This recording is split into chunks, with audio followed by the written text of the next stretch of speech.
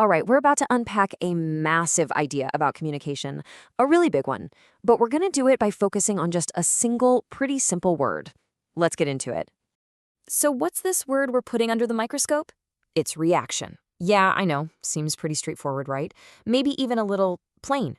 But trust me, as we're about to see, this one little word is holding a fascinating secret about the power of simple language. So first things first, what does it actually mean? Well, the Simple English Wiktionary gives us this beautifully clear definition. A reaction is just an action that happens because of another action. That's it. Simple cause and effect. You do one thing, another thing happens. Everybody gets it, and we use it all the time, probably without even thinking about it. I mean, come on. We talk about a chemical reaction in a science lab, a serious allergic reaction, an athlete's lightning-fast reaction time, or even just your own gut reaction to some surprising news.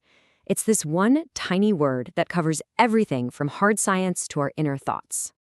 Okay, so it's a useful word. We get it. But why are we spending all this time on it? What actually makes the word reaction so special?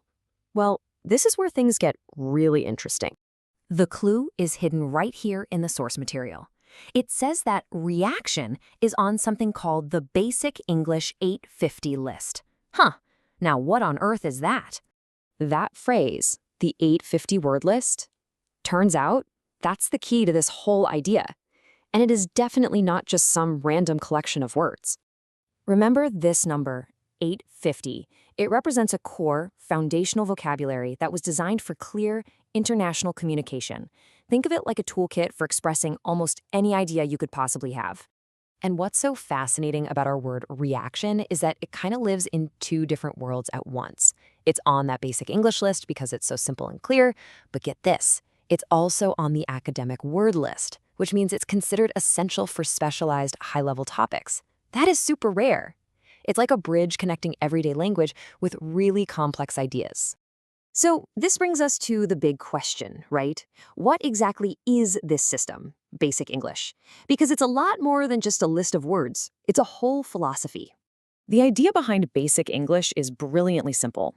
You start with this core set of 850 words. From there, you build clear, direct sentences.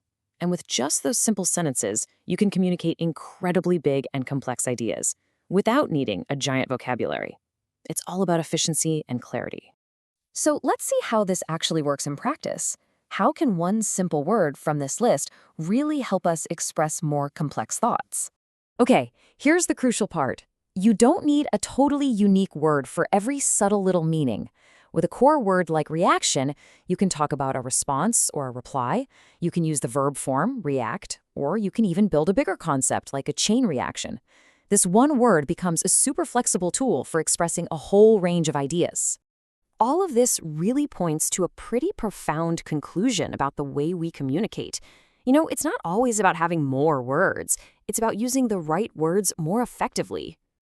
And that brings us right to the main takeaway here. Clear language is powerful language. The ability to strip an idea down to its essential parts, using simple, core words like reaction, is an incredibly valuable skill. It's a kind of superpower. So I'll leave you with this final thought, a little challenge. Think about the most complex, important idea you know. Maybe it's your job, your passion, your field of study. Could you explain it using only a core vocabulary of 850 words? It's a challenge for sure, but as Basic English shows us, it just might be the most powerful way to be understood.